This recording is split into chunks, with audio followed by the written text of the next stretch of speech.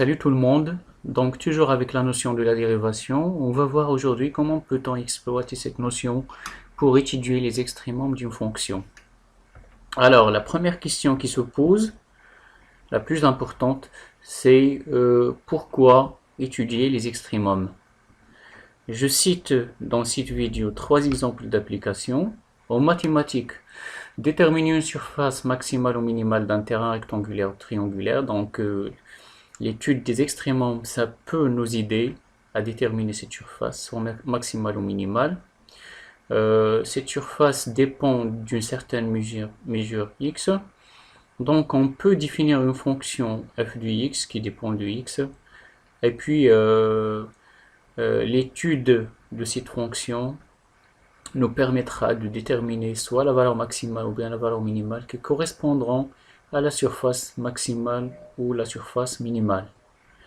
En économie, par exemple, il est très important de minimaliser les coûts et de maximaliser les profits. Donc encore une fois, on peut alors définir une fonction qui décrit cette démarche, c'est-à-dire cette correspondance entre la minimalisation des coûts et la maximalisation du profit. En optique aussi, les lois de réfraction et de la réflexion de la lumière correspondent à des minimalisations du temps de parcours. Alors, on commence maintenant par des rappels de cours. Soit f une fonction et un intervalle inclus dans df, de réel petit m et grand m. On dit alors que grand m est le maximum de f sur i si et seulement si f de x est inférieur ou égal à m pour tout x appartenant à i. Et s'il existe un réel a de i tel que f de a est égal à m, c'est-à-dire ce maximum il est atteint en a. Et toujours f de x inférieur ou égal à m. M un majorant, donc atteint, donc on a un maximum m. On a aussi petit m est le minimum de f sur l'intervalle i, si et seulement si f de x est supérieur ou égal à m pour tout x de i, et s'il existe un réel a de i tel que f de a est égal à m. Et on appelle l'extrémum de f sur i son maximum ou bien son minimum s'il existe. De plus, si i est un intervalle qui est ouvert, on dit alors que f admet un extrémum qui est local en a.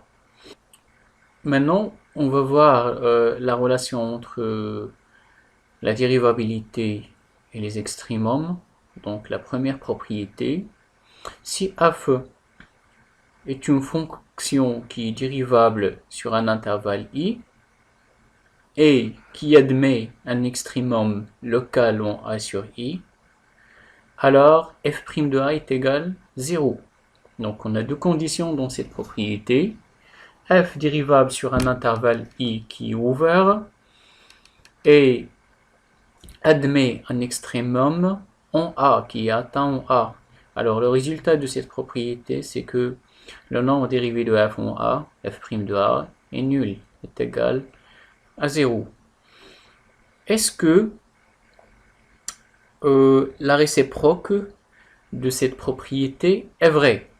Donc avant de répondre à cette question, je vais d'abord essayer de démontrer la propriété en considérant f une fonction qui est dérivable sur un intervalle i. Donc puisqu'on a dit que f admet un extrémum, donc je peux donc commencer par supposer que f admet un maximum qui est local en a sur i. Alors d'après la définition du rappel, on a f de x est inférieur ou égal à m pour tout x de i. Et il existe aussi un réel a de i tel que f de a est égal à m. C'est-à-dire ce maximum-là, il est atteint en a. Donc, on a f est dérivable sur i. Alors, il est dérivable au point d'abscisse a. Donc, dérivable à gauche et à droite au point d'abscisse a. De plus, f' droite de a il est égal à f' gauche de a. Donc égal à f' de a. Donc d'abord on peut commencer alors par la dérivation à droite de a. Donc on se place à droite de a en choisissant un réel x qui appartient à un intervalle de type a a plus un certain epsilon. Avec epsilon, il est supérieur strict à 0. Donc là, on est bien à droite de A. Donc on va essayer de voir le signe de ce rapport. Donc on a déjà f de x inférieur ou égal à m qui est égal à f de a. Donc f de x est inférieur ou égal à f de a. Donc f de x moins f de a, il est inférieur ou égal à 0. Et on a x appartient à cet intervalle. Donc x il est supérieur strict à a. Donc x moins a est supérieur strict à 0. D'où ce rapport il est inférieur ou égal à 0. Donc la limite de ce rapport elle est négative. C'est-à-dire f' droite de A est négatif. Si on se place dans un intervalle de type A moins epsilon positif A, c'est-à-dire on est à gauche de A, alors ce rapport-là, cette fois, il est positif. Pourquoi? Parce qu'on a déjà vu que f de x moins f de A, il est négatif. Et x appartient à cet intervalle, donc x il est inférieur strict à a, donc x moins a est inférieur strict à 0, donc ce rapport sera positif. C'est-à-dire que la limite de ce rapport aussi il est positif, c'est-à-dire que f' gauche en a de la fonction f est positif. Donc f' de a qui est égal à f' droite de a qui est égal encore à f' gauche en a est égal à 0 parce que ce rapport là il est positif, il est négatif en même temps, donc il ne peut être égal qu'à 0. Donc voilà la conclusion. Donc d'une façon analogue, on va essayer de rédiger l'autre démonstration, c'est-à-dire dans le cas f admet un minimum local, donc ce qui change c'est ça, donc f de x sera supérieur ou égal à petit m qui est le minimum, donc f de x moins f de a sera positif, donc dans ce cas là alors ce rapport sera positif, mais dans le deuxième cas le rapport sera négatif, donc le rapport il est positif et négatif en même temps, donc il ne peut prendre que la valeur 0. Donc c'est bon, donc si f est une fonction dérivable sur un intervalle i et f admet un extrémum local, alors f' de a est égal à 0. La question qu'on a posée, c'est-à-dire à propos de la réciproque, s'il est vrai, donc voilà, je dis non, la réciproque elle est fausse, c'est-à-dire de f' de a égale à 0, on ne peut pas déduire que f admet un extrémum local en A. Donc un contre-exemple qui répond à cette question. Donc si on pose f de x égale x à la puissance 3, cette fonction-là elle est dérivable sur R pour tout x appartenant à R. Et f' de x est égal à 3x carré. Donc l'équation f' de x égale 0 admet une seule solution, c'est x égale à 0, parce que 3 est supérieur strict à 0, donc x carré est égal à 0, donc x est égal à 0. Alors on a f' de 0 est égal à 0. Donc on a trouvé un certain a qui est égal à 0, tel que son image par la fonction dérivée est égale à 0. Maintenant, on va voir si f admet un extrémum local en A ou bien non. On a dit non, la réciproque elle est fausse. Donc je vais voir ça sur la figure, c'est-à-dire la représentation graphique de la fonction f de x qui est définie par f de x égale x à la puissance 3. Donc f de x égale x à la puissance 3. Donc voilà, c'est clair que f n'a pas un maximum, ni un minimum au point d'abscisse 0. Malgré que f' de 0 est égal à 0, donc la réciproque elle est fausse.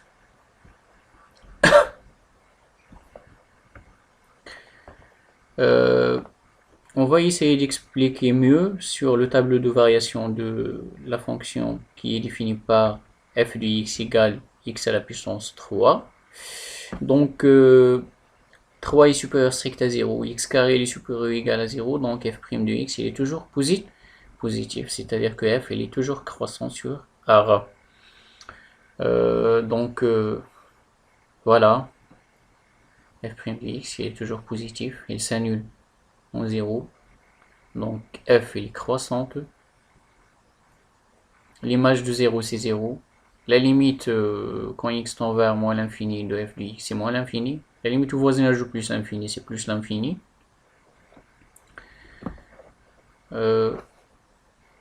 Maintenant, on voit que f n'a pas ni un maximum ni un minimum en 0. Maintenant, si on considère deux nombres réels a et b, tel que l'intervalle AB contient 0, voilà, de cette façon, alors là on a l'image de A, et puis ici on aura f de B.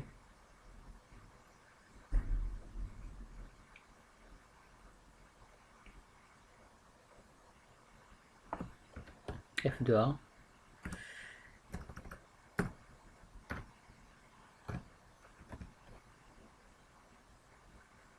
Et puis f de B.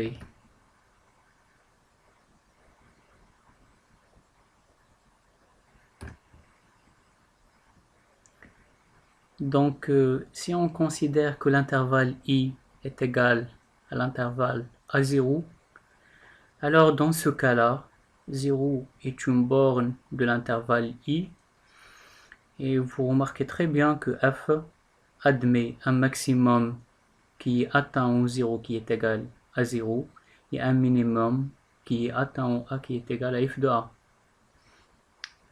Et si on pose I égale l'intervalle 0b, on a aussi 0, c'est une borne de l'intervalle I dans ce cas-là. F admet un minimum en 0 qui est atteint en 0, donc qui est égal à 0, et il a un maximum, puisqu'il est croissante, il a un maximum qui est atteint en B qui est égal à f de B. Donc dans ce cas-là, c'est-à-dire si notre point est une borne de l'intervalle I, alors f admet un extrémum en ce point-là, sans même changer le signe de la dérivée ou bien que la dérivée soit nulle. Mais si on considère maintenant l'intervalle I égale l'intervalle AB, alors dans ce cas-là, 0 il n'est pas une borne de l'intervalle I, parce que 0 est supérieur strict à A et inférieur strict à B. Donc, pour que f admet un extrémum en 0, la dérivée f' de x doit changer de signe. C'est-à-dire, par exemple, on a ici plus, donc f' de x doit s'annuler d'abord en 0, puis change le signe. On aura donc par exemple plus à gauche et puis moins à droite, donc croissante et puis décroissante, donc on aura un maximum qui est atteint au 0. Et si on a le contraire, c'est-à-dire moins à gauche et plus à droite de 0, alors la fonction sera alors décroissante et puis croissante, donc on aura, ou bien f admet un minimum qui est atteint en 0. Alors, conclusion. Donc, si f' s'annule, alors en changeant de signe en A n'étant pas une borne de I, parce qu'on a vu que si A est une borne de I, alors il n'y a pas de discussion là. F admet un extrémum local en A sans aucune condition. Mais si A n'est pas une borne de I, alors on a dit que f' doit s'annuler et puis change le signe. Donc on va voir ça sur un exemple. F de x égale x à la puissance 3 moins 3x carré plus 2. F il est défini sur R, donc il est dérivable sur R puisque c'est une fonction polynôme. La limite au voisinage de moins l'infini, c'est moins l'infini. La limite au voisinage de plus l'infini, c'est plus l'infini. Et f' de x est égal à 3x carré moins 3 fois 2x, donc moins 6x, pour tout x appartenant à R. Donc la dérivée s'annule quand x est égal à 0 ou bien x est égal à 2.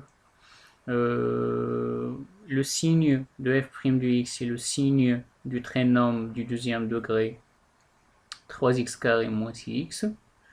Donc on a le contraire du signe de a qui est égal à 3 qui est positif strictement, donc le contraire entre les deux racines et puis le signe de a ailleurs. Donc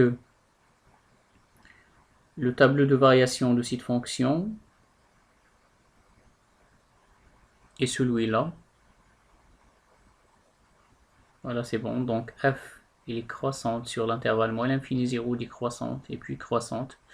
Donc on voit très bien alors que f' de x s'annule en 0 et change aussi de signe.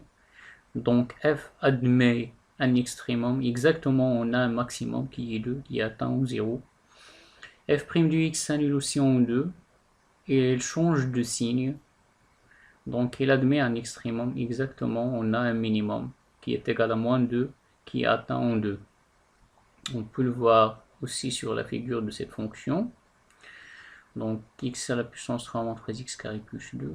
Voilà, donc on a un maximum local qui atteint en 0 et un minimum local qui atteint en moins 2, en 2 qui est égal à moins 2. Un autre exemple,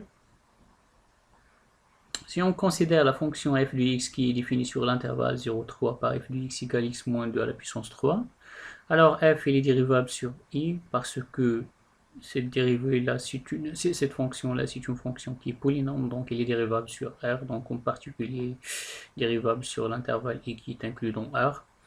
La dérivée de cette fonction égale à 3 fois x moins 2 le tout au carré, donc elle est supérieure ou égale à 0, quel que soit x appartenant à l'intervalle 0,3, c'est-à-dire que f est croissant sur i. F est croissant sur i. On voit très bien que f admet un minimum en 0 qui est égal à moins 8 et puis un maximum qui atteint en 3 qui est égal à 1. 0 et 3 qui sont les bornes de i. Donc même si f' de 0 il est différent de 0 et aussi f' de 3 il est différent de 0 parce que f' de x s'annule quand x est égal à 2. Donc il ne s'annule pas en 0, il ne s'annule pas en 3 et aussi il ne change pas de signe parce qu'on a vu que f' de x il est toujours positif. Donc malgré tout ça, c'est-à-dire f' qui ne s'annule pas et qui ne change pas le signe, on a des extrémums qui sont en 0 et en 3 car 0 et 3 sont les bornes de l'intervalle et voilà, donc nous sommes arrivés à la fin de cette séance. Rendez-vous la séance prochaine avec des exemples d'application des extrémums dans la vie quotidienne. À tout à l'heure.